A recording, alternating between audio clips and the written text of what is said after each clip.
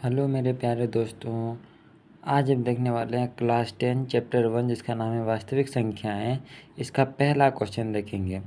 तो चलिए हम क्वेश्चन पढ़ते हैं। पहले बोल रहा है निम्नलिखित संख्याओं को अभाज्य गुणनखंड के गुणनफल के रूप में लिखें। पहला क्वेश्चन में यही बोला है। तो इसमें टोटल 5 क्वेश्चन दिए हैं, 1 2 3 4 5। तो इन पाँचों में से पहले वाले नंबर को देखते हैं। चलिए पहला क्वेश्चन सॉल्यूशन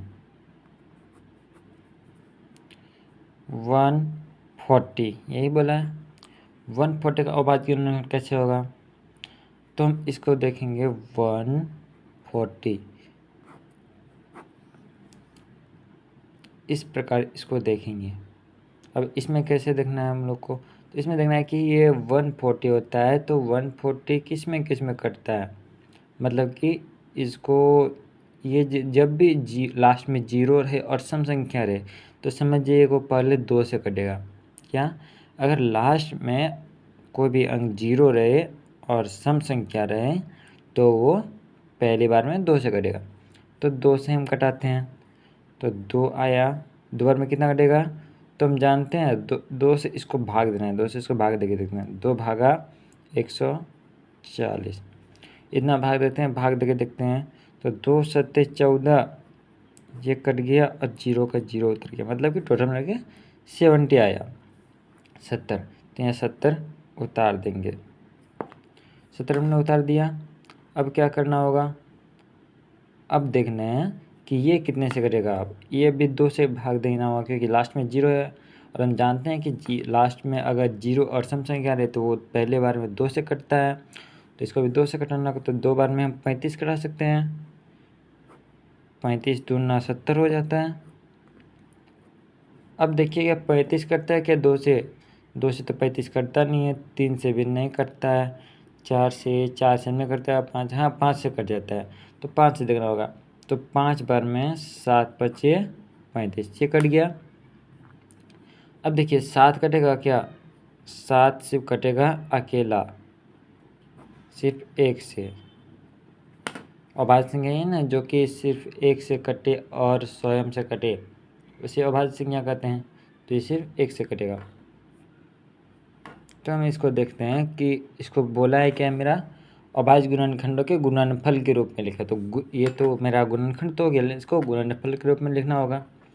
तो 2 गुने में 2 गुने में 5 गुने में 7 गुने में 1 ये दिया है मेरा।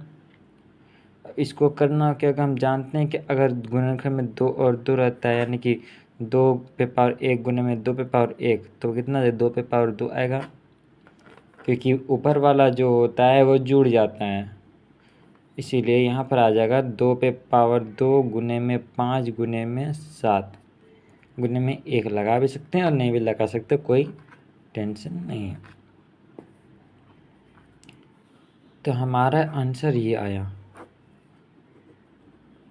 इसको गुना करना चाहिए, गुना करके देख लीजिए। तो ना 4 4 पंजे 20 20 7 आ गया, 7 दूनी 140 से ही आया मेरा। तो उम्मीद होगा कि आप सबको समझ में आ गया होगा पहला क्वेश्चन। अब दूसरा क्वेश्चन देखते हैं। चलिए सॉरी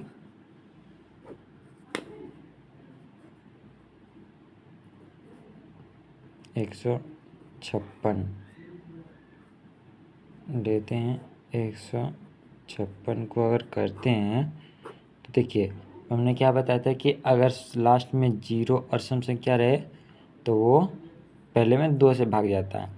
तो यहाँ देखिए ये जीरो तो नहीं, सम संख्या हमको दिख रहा है 6 तो सम संख्या है ना, इसलिए इसको 2 से करना होगा। दोबारा कितना का 2 सत्ते 14 आता है। 2 से भाग देखिए 156 को 2 सत्ते 14 खाएगा, 1 आएगा, 6 आएगा, 2 8 16 आ जाएगा। टोटल कितना आया 78 डाल दिया मैंने। अब ये इसको 2 से करिए, ये भी सम संख्या है तो 2 से कटाएंगे। कितना रहेगा 2 तिया 6 1 और 8 यानी कि 9 बचेगा। 2 में 18।